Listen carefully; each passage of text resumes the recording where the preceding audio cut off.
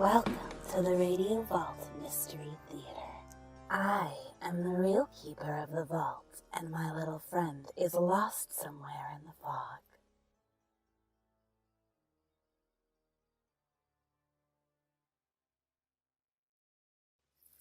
All of us have different levels of our individual personalities. Some of those levels vary from person to person. The levels themselves mean different things. Some go deep to shallow, and others go from surly to pleasant.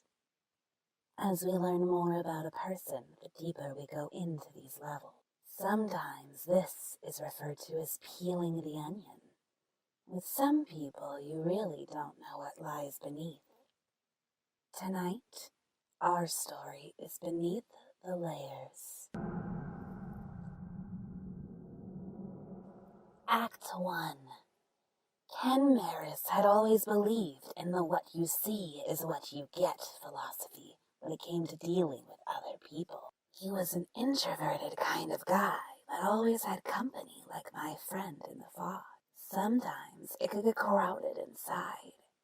He worked as a convenience store clerk on the graveyard shift, and his friends often kept him company on the long nights. Hey, Kenny boy. Hey, what do you say we eat us one of those hot dogs? Kenneth, you will not listen to that batty old fellow. Hot dogs are not nutritious at all. And besides, we have quite a few chores to do. Why not wait until after your shift and eat something nutritious at home? Oh, put a sock in it, Thurston. They taste good.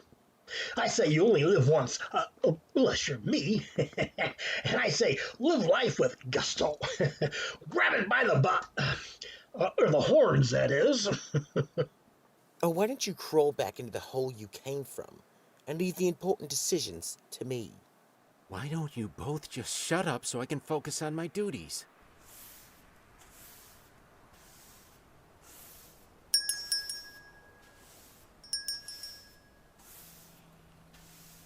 Hello, Ken. Is it too late to buy a bottle? No, you still have about 30 minutes. Ooh, now that's a woman I need to know better. Shh! Were you shushing me? No, just shooing away a fly. Can't seem to get rid of them. Can I get a couple of lotto tickets too, please? By the way, are you single? Slut! Yes. Yes, I am.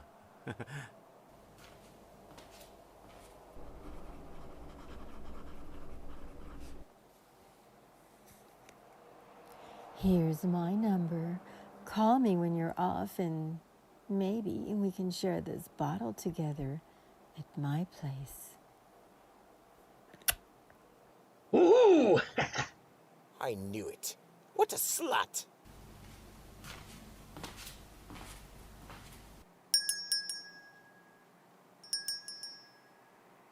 Will you guys shut up?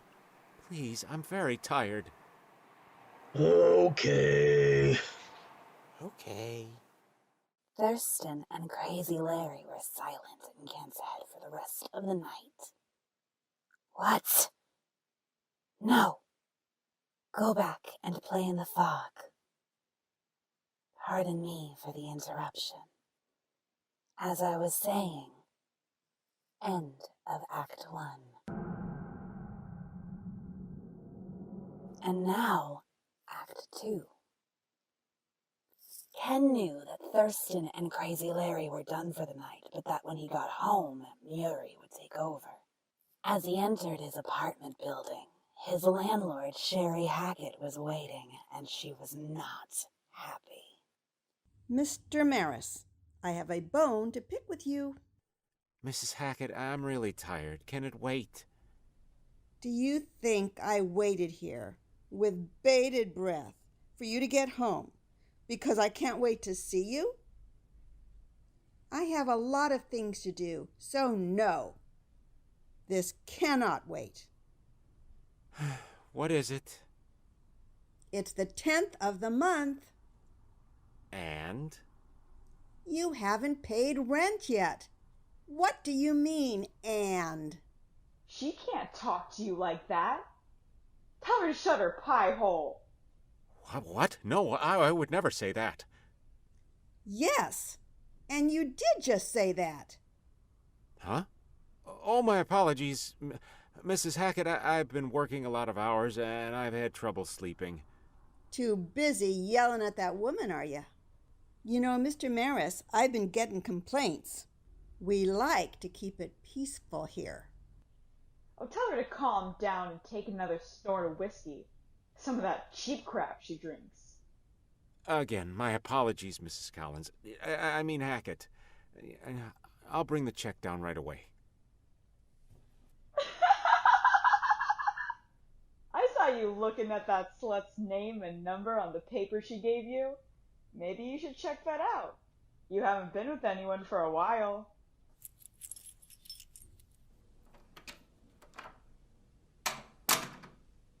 Hey, Mary, could you take it easy on me tonight? I mean, you heard what Mrs. Hackett said. Yeah, I heard the old biddy cackling. I'll be nice tonight. I just hope Kimmy Girl's neighbors aren't as grouchy. Something tells me she's gonna rock your world. I mean, she bought the $5 bottle of wine for the two of you to share.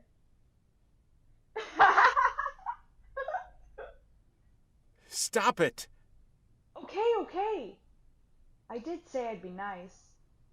You'd better get that check to the old hen before she kicks you out of the nest.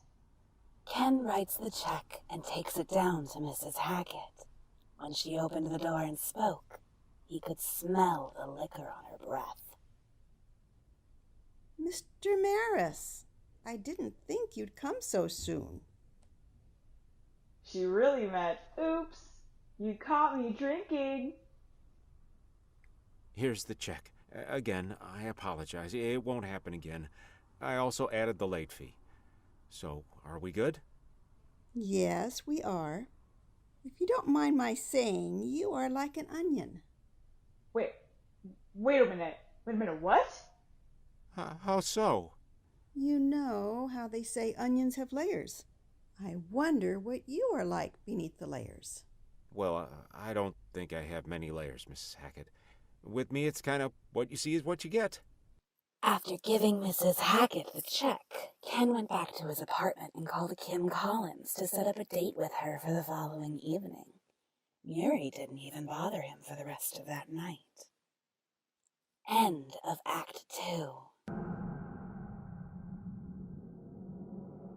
And now, a word from our sponsor. In his spare time, he sits alone at a well-known diner, waiting to be discovered. He has a check made out to himself for $1 million, since that's how Jim Carrey did it. Disney is on his resume, because he once visited the theme park. He thinks that having his picture taken with someone famous makes him famous. The phrase, "it's all about who you know," doesn't apply to him, as he doesn't know anybody. He truly believes that if only Johnny Depp hadn't been cast, the role would have been his. He knows that once he upgrades his home studio, his booking ratio will skyrocket. His agent charges him a monthly fee and won't admit to knowing him. When competing for a job, he takes advice from his competitors. After paying thousands of dollars to discover his brand, he found out it was Wonder Bread. He's positive that his complete lack of training is offset by his overabundance of raw talent. If he's chosen in the top 3, it's because he's the only one who auditioned. He is the least interesting actor in the world. I don't ever get cast, but I can quote you statistics on all of my failures.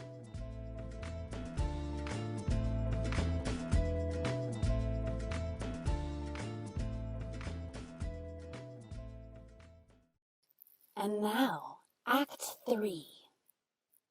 The next night, as Ken prepared to go to Kim's apartment, Thurston and Crazy Larry started talking in his head again.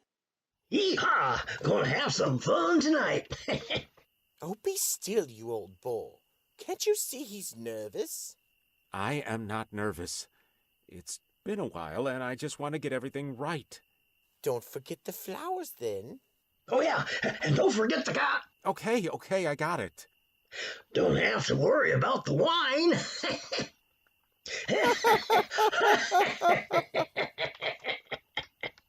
Go away! The two voices disappeared from Ken's head as he went on his way to buy the flowers for Kim. He drove to Kim's apartment with eager anticipation, and when she answered the door, Ken was breathless for a minute. Kim looked angelic, and she invited him in and thanked him for the flowers. Thank you for coming over tonight. I've been looking forward to this for a while. Oh, really? Most women avoid me like the plague. That's because they don't see what's beneath your layers like I do. Wait a minute. Someone else just told me that yesterday. I know. What? I am very perceptive. And I have been watching you for a long time. We've only been acquainted for a couple weeks. You have no idea how many women I had to possess to get your attention. How many years it took. What are you talking about? Those idiots, Thurston and Crazy Larry, are figments of your imagination.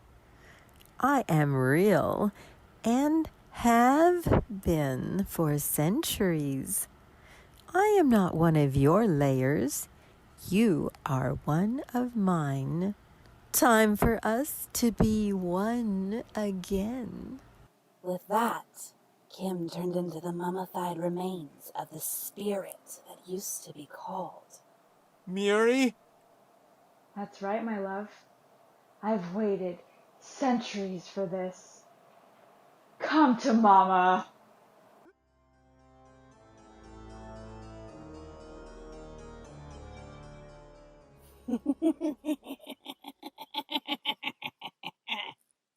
Sometimes a girl has to wait a while to find the right man.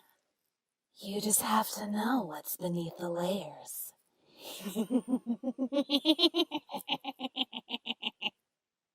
Beneath the Layers is a production by Troupe of Lost Souls Entertainment and Film Syndicate. Written by Charlie Mitchell, produced by Anthony Stabiello, and directed by Rick L. Baker. Post-production and sound effects by Brian Collins. Commercials by Joe J. Thomas. Video post by Stephen Shin. Starring the vocal talents of Terry Larned as Crazy Larry, Trevor Bates as Thurston, Joe J. Thomas as Ken Maris, Joycelyn Liu as Kim Collins, Hava Stearns as Murray, Rhoda Pell as Sherry Hackett, and I am Contessa, the psychotic storyteller and the real keeper of the vault. Remember to comment, share, and subscribe. Thanks for listening. Tune in next week, if you dare.